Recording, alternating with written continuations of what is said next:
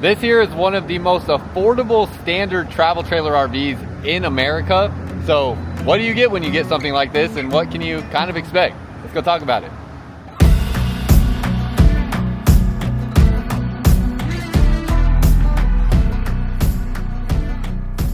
What's up, y'all? Welcome back to another video. If you're new here, my name is Myles with Firmly Unbound, and we are here at Blue Compass RV today in Dallas, Texas, taking a look at this Heartland Prowler Lynx. Here, showing you the lot a little bit. This is a Heartland Prowler Lynx 17 RBX, and this is a very small single axle travel trailer that is actually even less expensive than the last travel trailer that I uploaded that is nearly identical, but also has some differences. This one in ways might be better than the other one that we looked at. It was actually a Crossroads Zinger, this brand right here. But it was their version of this floor plan. This one here is $1,000 less expensive actually than the Crossroads Zinger. There are some reasons why. We're going to get into all that.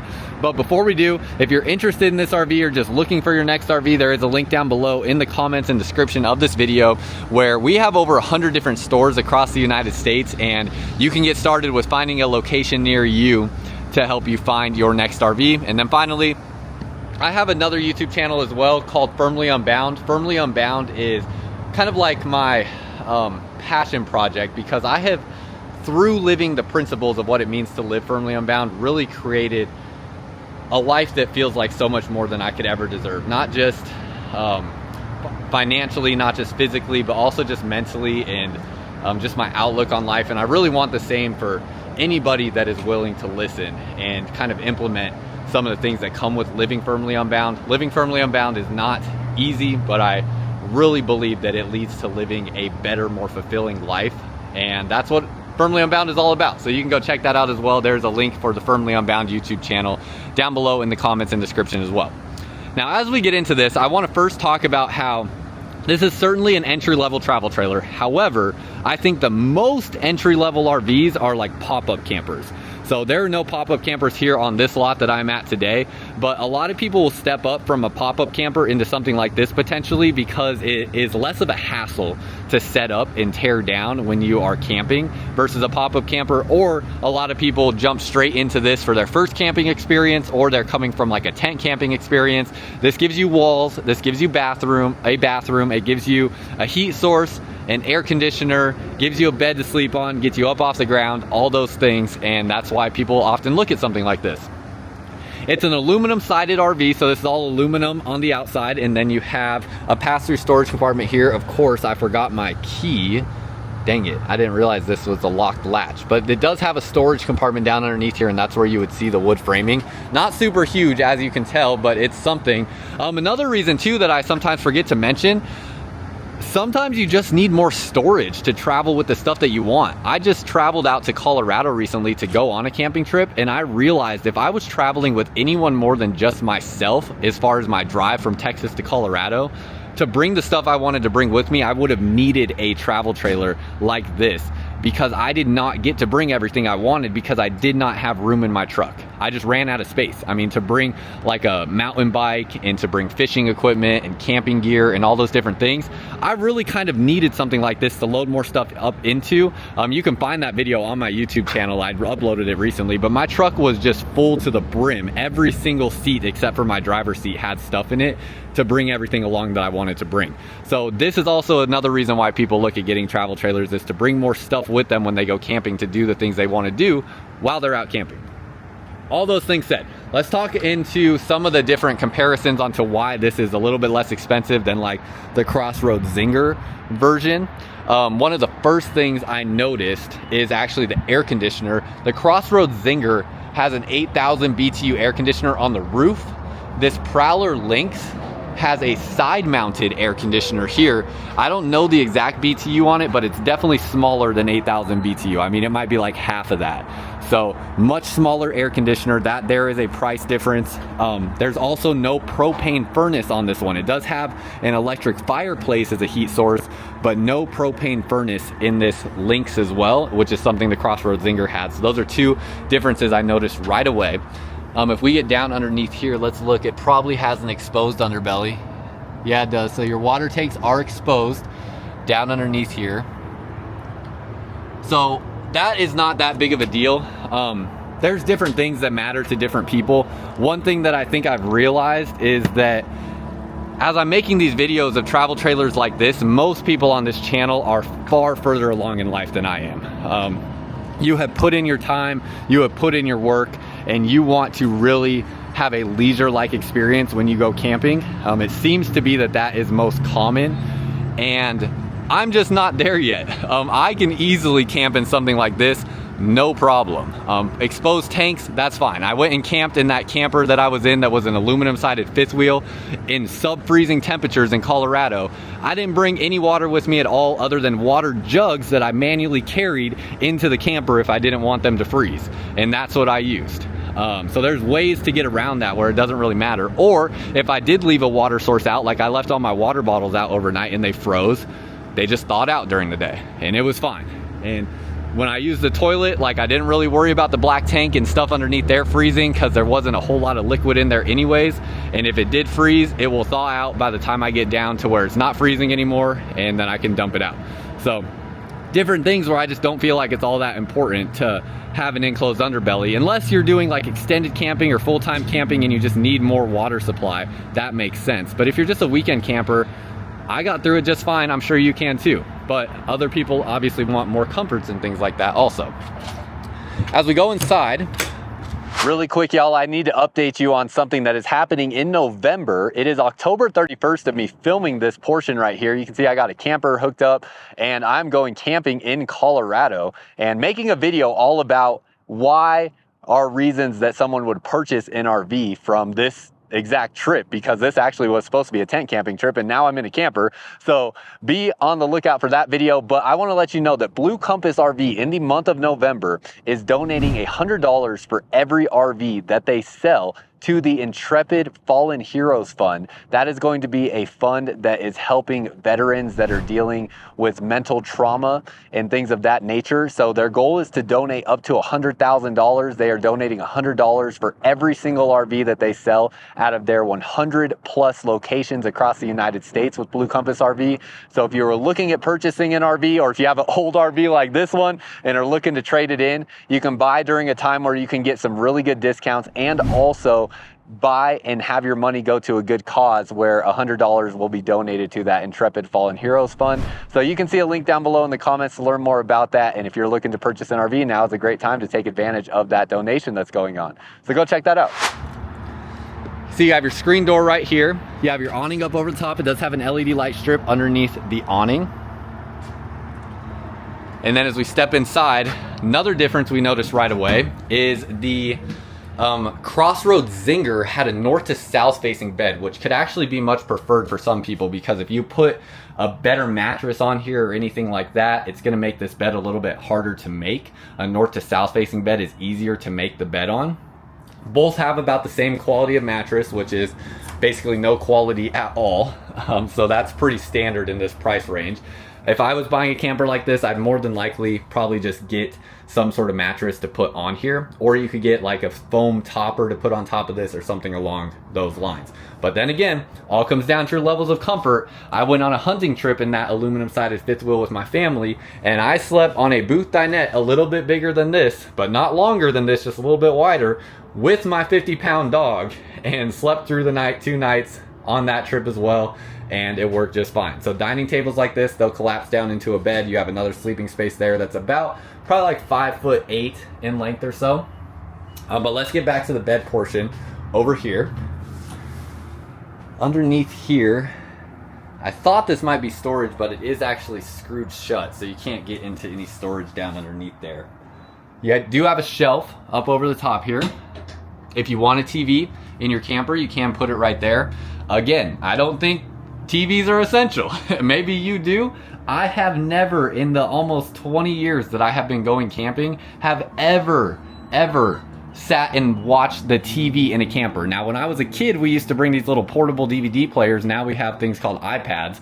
We didn't have those when I was a kid, and sometimes I would watch those, but I've never really sat and watched the TV in a camper. The most recent camping trips I went on, especially like now that I'm an adult and I've gone on camping trips by myself without my parents, literally have never turned the TV on, not one time. So I don't think you need it, but if you do feel like you need it, you have the option to put one here if you want that. And I hope you can hear my tone. I'm trying to get us back to like just the basics of camping, man. Sometimes these campers just irritate me. Not you guys as campers. I'm talking about like the build of campers. They're like so luxurious and over the top that I'm like, dang, who really needs all this stuff? Like, I understand if you're doing extended camping or full-time RVing, like that's what I'm looking to do. So I can justify wanting a TV in the camper that I'm gonna purchase, which, speaking of which, make sure you're subscribed here because I am planning to purchase a travel trailer before the end of the year to travel the country filming RVs for you guys. And that is the only justification I can make for wanting these added luxuries, is that I'm gonna be in it all the time. So I understand that, but if you're just weekend camping, go out and enjoy the environment around you. I understand that it rains and things like that happen and stuff like that, but I've gone tent camping in the rain, and obviously in a tent you don't have a TV or anything like that, and I still just went out and did stuff. And I don't know. I just feel like we have, in America, I mean, there's so much luxury all around us. I feel like we lose this perspective of just like how fortunate we are and how many beautiful things are out there that we're also missing because we're so just caught up in comfort and glam and glamping and TVs and just all this stuff. Sorry, I didn't mean to go on a rant like that, but I think this camper is a beautiful camper that someone could go have great times in, that someone might overlook it because they're just overthinking the things that they need. So that being said, here's your air conditioner. Your air conditioner does have these little movable fins right here to direct the air. Now, I will say in something like this, if you're planning on doing like summer camping in the state of Texas, it might feel a little warm in here. I haven't camped in a camper with an AC this size, but there is a possibility that like during the day, if you're trying to camp in the summer in Texas, which I don't know how many people do that, but you're probably not going to find the cooling power that you want from that. Now, there are other air conditioning solutions. There are like portable ACs that you can also get, that you could put like on the floor or on the dining table or something to help cool more air in here. So those are solutions that you can look for. Again, no propane furnace, so you have this electric heat source right here with the fireplace. So when you turn that on, you can get heat coming out of that. 2-burner grill right there. Pretty decent countertop space, actually. Plastic rectangular sink. Got cabinets up here. This is another difference. Like the Crossroads Zinger had magnet latches for the cabinets. This uses these little plastic latches, or I guess they're plastic and metal. But I prefer the magnet latches, actually. They just seem to hold a lot better. But that's another difference there. You got a vent fan up over this space. That is nice. And that's pretty much it. One more little storage space here. Now, another thing with this floor plan, actually, and compared to the Zinger, is you're losing a lot of kitchen storage space because it doesn't have the furnace. This fireplace takes up a lot more room, which gets rid of a ton of storage space. I just realized compared to the Zinger, you lose a lot of additional. This is all storage space in the Zinger, and in this Prowler Lynx, you have the electric fireplace. So again, saving money, but losing a few things in that savings that you're getting that you have to determine for yourself if you can live with or not. It's not up to me to decide if you can live with it or not. I will try to convince you a little bit that sometimes we don't need all the things that we think that we need, but I share all this information for you to make your own determination on if you can live with something or not live with something and make the best decision for yourself. Storage space up here, you got an outlet up there as well, so you can put some things up in here. I even think like, man, you could put like a coffee pot up in this space or something if you wanted to, or like a Keurig with that outlet being there. A little bit of storage. And then again, you have your dining table here. Like the furniture color in here better than what was in the Crossroads Zinger. This is a little bit more bold for sure. The Zinger was a little bit more neutral. And then underneath here, oh, no storage under here as well. That's also screwed closed. So a lot less storage in this Prowler than we had in the Zinger, surprisingly enough. I'm actually really surprised there's no storage underneath there. I can see they're running some wiring and stuff under here with your breakers being there, but on this side, I do not know what's under here that is making it so that they felt they needed to close that off and you don't have storage under there. Interesting. I cannot see what would be the cause for that. Even looking out here, like, I don't see anything that would warrant that needing to be closed off. If you know, let me know down below in the comments. Maybe I'm missing something. But light switches right here. You have your extend and retract for your awning right there. And then because there's no roof mounted AC, you do get a little bit better ceiling height in here. I'm 6'2" with my shoes on right now, and you have about 6'3" ceiling height throughout this entire travel trailer until we get to the shower, which we will see here in just a second. Got your refrigerator, does have a little freezer portion in the top as well. And then you have a standard RV size microwave. Price on this is just $13,995. So this here is calculated with about 20% down. 20% down on that is going to be a little bit under $3,000. And that would get you somewhere around $150 to $200 a month. So pretty dang reasonable. If you didn't see it, the Crossroads Zinger that I showed was going to be more around like $200 to $300 a month. So you definitely can save about probably like $50 a month going to something like this. If that is, you know, if the money is more important to you than some of the additional extra features you might find in something that's like $1,000 more. Going back into the bathroom, I am loving how big these bathrooms are now since they decided to not put sinks back here. So you can just utilize your kitchen sink to do things like brush your teeth and stuff like that, wash your hands. Plastic foot flush toilet. I did forget it, but I should have Liquefied with me. Liquefied is from Matt's RV Reviews. That's his black tank treatment. That is something that you can find on Amazon. It keeps your black tank smelling fresh and makes sure everything decomposes properly. It's a great product. I'm a big, I was gonna say a big fan of Matt, but I'm a friend of Matt's, and I'm really thrilled to be able to promote that product for him as well. He's doing a great job with that, and you can go check it out. You can find Liquefied on Amazon, and you can also find it on Blue Compass store shelves coming soon as well. Got tons of wardrobe storage in here, so this is awesome. If you hang your clothes when you're out camping and whatnot, you have a ton of storage space for that, or just whatever you want to put back in this area. And then as we turn around this way, this is another big difference between some of these brands. The Crossroads Zinger that we looked at, and keep in mind, I keep mentioning the Zinger. That's just because that's what's here on this lot. Almost every aluminum sided RV makes, our RV brand makes something like this here. So there's a ton of different options that all do various little things differently. This here, you get a tub. So if you have a dog, if you have a little kid, different things like that, this is a great spot to soak things. If you want to be able to do a little bit of laundry on the road, you can fill the tub up and be able to wash clothes a little bit more easily. Different functionality here that you get with the tub, where the Zinger had just a flat shower base. So differences there. However, this looks like it will elevate the base up just slightly higher than the Zinger, and already it's pretty minimal. That's height in here in the shower is only going to be good for about 5'8" or 5'9", so most people will find themselves needing to squat down a little bit to take a shower.